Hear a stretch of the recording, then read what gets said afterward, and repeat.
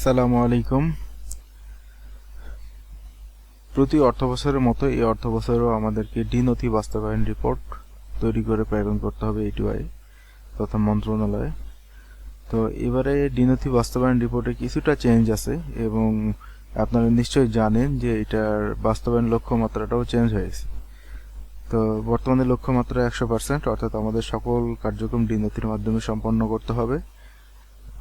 তো নথি বাস্তবায়নের যে লক্ষ্যমাত্রা এবং এটার জন্য প্রদত্ত যে প্রমাণকগুলো আমাদেরকে মিনিস্ট্রিতে প্রেরণ করতে হবে তার তালিকা হচ্ছে এটা।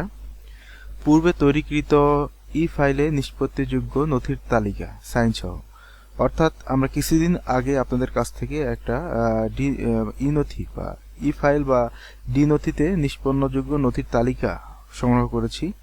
সেটা আপনারা সাইন করে আমাদেরকে প্রেরণ করবেন। তালিকাটা এরকম, আমি দেখাই।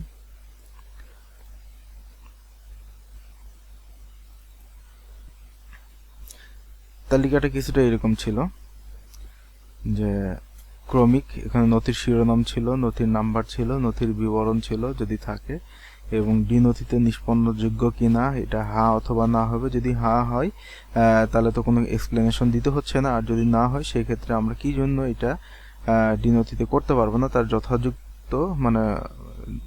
যথাযোগ্য কারণ দেখাইতে হবে। হ্যাঁ, তো যেগুলো আর কি আমরা নথিতে নিষ্পন্ন করতে পারবো না সেগুলা এই শতভাগ বাস্তবায়নের বাইরে থাকবে। তো এইরকম যে রিপোর্টটা আপনারা প্রেরণ করছেন অলরেডি সকল অফিসে তৈরি করা আছে, সেটা মানে প্রিন্ট করে স্ক্যান করে আমাদেরকে দিবেন। দেন তারপর রেজিস্টারের স্ক্যান কপি। রেজিস্টারের ফরম্যাটটা কি হবে আমি দেখাই একটু। ফরম্যাটটা আগের অর্থ বছরগুলোর মতোই হবে। রেজিস্টার অবশ্যই ফ্রন্ট পেজটা স্ক্যান করতে হবে। স্ক্যান করার পরে দ্বিতীয় পেজ থেকে আপনাদের হচ্ছে অর্থ বছরের যে নথি চলাচল, সেই চলাচলের ট্র্যাকটা এখানে থাকবে। এখানে ক্রমিক নাম্বার থাকবে, তারিখ থাকবে, নথির নাম থাকবে, তারপরে নথিটা কোন ডিপার্টমেন্টে বা কোন বিভাগে দিচ্ছেন সেটা থাকবে, এবং যদি কোনো মন্তব্য থাকে সেটা থাকবে। তো এরকম করে আপনি সেই নথির রেজিস্টারটা তৈরি করে ওইটা প্রেরণ করবেন। দেন নথি ড্যাশবোর্ড হতে প্রাপ্ত রিপোর্ট সাইন সহ, অর্থাৎ ড্যাশবোর্ড থেকে কিভাবে আপনি রিপোর্টটা পাবেন সেটা আমি দেখাই। আপনি নথিটা ঢুকবেন। নথিটা ঢোকার পরে আপনি এখানে দেখবেন যে একটা বক্সের মতো কিছু একটা আইকন আছে, বক্সের মতো একটা আইকন আছে, সেই আইকনে ক্লিক করবেন। এখান থেকে ড্যাশবোর্ডে ক্লিক করবেন। ড্যাশবোর্ডে ক্লিক করলে পরবর্তী এই পেজটা চলে আসবে। এই পেজটা মূলত সিলেক্ট থাকবে ব্যক্তিগত ড্যাশবোর্ড হিসাবে। হ্যাঁ, তো এইখান থেকে আপনি কি করবেন, মনিটরিং রিপোর্টটা সিলেক্ট করবেন। করলে আপনার পাশে এই যে সাবমেনুগুলো আসবে, সাবমেনু থেকে এপিএ রিপোর্ট সিলেক্ট করবেন। সিলেক্ট করার পরে আপনার এইখানে সর্বশেষ 30 দিনের জন্য রিপোর্টটা এখানে মানে অটো চলে আসবে। তো আমরা যেহেতু প্রথম কোয়ার্টারে দিচ্ছি, পরবর্তীতে আমরা দ্বিতীয় কোয়ার্টার বা তৃতীয় কোয়ার্টার এভাবে দিব। তো সেই ক্ষেত্রে আমাদের প্রতিটা অর্থ বছরের শুরু হচ্ছে জুলাইয়ের 1 তারিখ থেকে নির্দিষ্ট কোয়ার্টারের শেষ সীমা পর্যন্ত। তো আমি এই রিপোর্টটা তৈরি করতেছি 29 সেপ্টেম্বরে। সো এটা 29 সেপ্টেম্বর পর্যন্ত আমি সিলেক্ট করতে পারবো।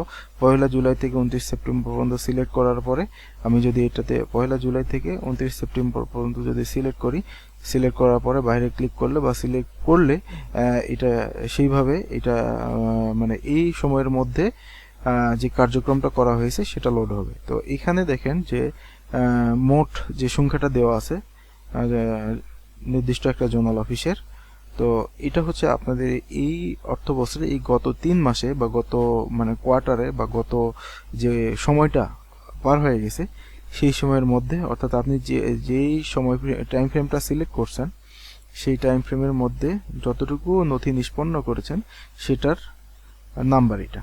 তো আমাদের যদি 100% নিষ্পন্ন টার্গেট থাকে সেই ক্ষেত্রে আমাদের অবশ্যই নথি নিষ্পন্নের শতকরা হারে গিয়ে আমাদের সেটা দিতে হবে, এবং যেহেতু 100% তাহলে অবশ্যই আমাদের হার্ড ফাইলের ক্ষেত্রে এটা হবে কত, 0। তো যদি 0 না হয় আপনাদের ক্ষেত্রে যদি কোনো হার্ড ফাইলে নিষ্পত্তি থাকে সেটা এখানে দেখাবেন। দেখানোর পরে রিপোর্টটা সম্পন্ন করবেন। করার পরে এই দুটো রিপোর্ট ডাউনলোড করে ডাউনলোড বাটন চলে আসবে। আমি এখন সম্পন্ন করতেছি না কারণ আরও একটা দিন অবশিষ্ট আছে যেখানে আরও কিছু নথি হয়তো বা যুক্ত হবে।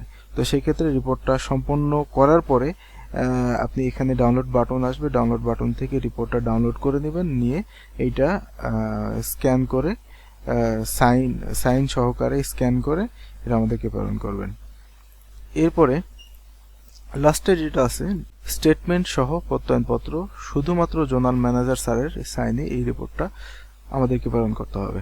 তো এই রিপোর্টটা কেমন হবে এটা দেখাই। এই ফরম্যাটটা আমি দিয়ে দিব আপনাদেরকে। এই ফরম্যাটটা হবে এরকম। এটা আমি আইসিটি অপারেশন বিভাগের জন্য করেছি, যার কারণে এখানে উপরে লেখা আছে আপনি সংশ্লিষ্ট জোনাল অফিসের নাম লিখবেন। লেখার পরে টাইম ফ্রেমটা যদি প্রথম কোয়ার্টারের জন্য এটা ঠিক আছে, সো এটাই থাকবে। দ্বিতীয় কোয়ার্টার হলে সেক্ষেত্রে আপনি এই তারিখটা চেঞ্জ করবেন, কারণ শুরুর তারিখটা কিন্তু অলওয়েজ সেমই থাকতেছে। শেষের তারিখটা অর্থাৎ শেষের তারিখ যেটা 30/9/24 আছে, এইটা চেঞ্জ হবে দ্বিতীয় কোয়ার্টারের ক্ষেত্রে, তৃতীয় কোয়ার্টারের ক্ষেত্রে বা চতুর্থ কোয়ার্টারের ক্ষেত্রে। তো এইখানে গিয়ে চেঞ্জ করার পরে আমরা ডি নথির ড্যাশবোর্ড হতে যে তথ্যটা পাইছি, আমাদের ক্ষেত্রে নিষ্পত্তিকৃত নথির সংখ্যা ছিল হচ্ছে 15টা। হ্যাঁ, তো আমরা এখানে 15 লিখব। লেখার পরে হার্ড বা ম্যানুয়াল রেজিস্টারের স্ক্যান কপি, মানে এই প্রমাণক হিসাবে প্রথমটার প্রমাণক হিসাবে ডি নথির ড্যাশবোর্ড হতে প্রাপ্ত রিপোর্ট, যেটা আমি কিভাবে নামাইতে হবে এটা দেখাইলাম। এবং দ্বিতীয় হচ্ছে কি হার্ড বা ম্যানুয়াল নথির নাম্বার যেটা, তো এইটা কি আমরা দিয়েছি 0, সো এখানে 0 লিখব। লেখার পরে এটার এগেনস্টে যে প্রমাণকটা আমাদেরকে দিতে হবে, যদি থাকে তাহলে দিব, যদি না থাকে তাহলে আপনি মানে ফ্রন্ট পেজটা স্ক্যান করে বলবেন যে কোনো কিছু নাই। হ্যাঁ, কোনো কিছু নাই এই মর্মে একটা লিখে সাইন দিয়ে আমাদেরকে পাঠাবেন। তো মোট নিষ্পন্নকৃত নথির সংখ্যা তারা দাঁড়ালো 15টা এবং এটা অর্জন হচ্ছে শতভাগ। তো এইভাবে রিপোর্টটা তৈরি করে এটা শুধুমাত্র জোনাল ম্যানেজার স্যারের সাইনে আমাদেরকে প্রেরণ করবেন। তো এই ছিল মানে ডি নথি বাস্তবায়ন রিপোর্ট। এরপরে যদি কোনো সমস্যা থাকে অবশ্যই আমার সঙ্গে যোগাযোগ করবেন। ধন্যবাদ।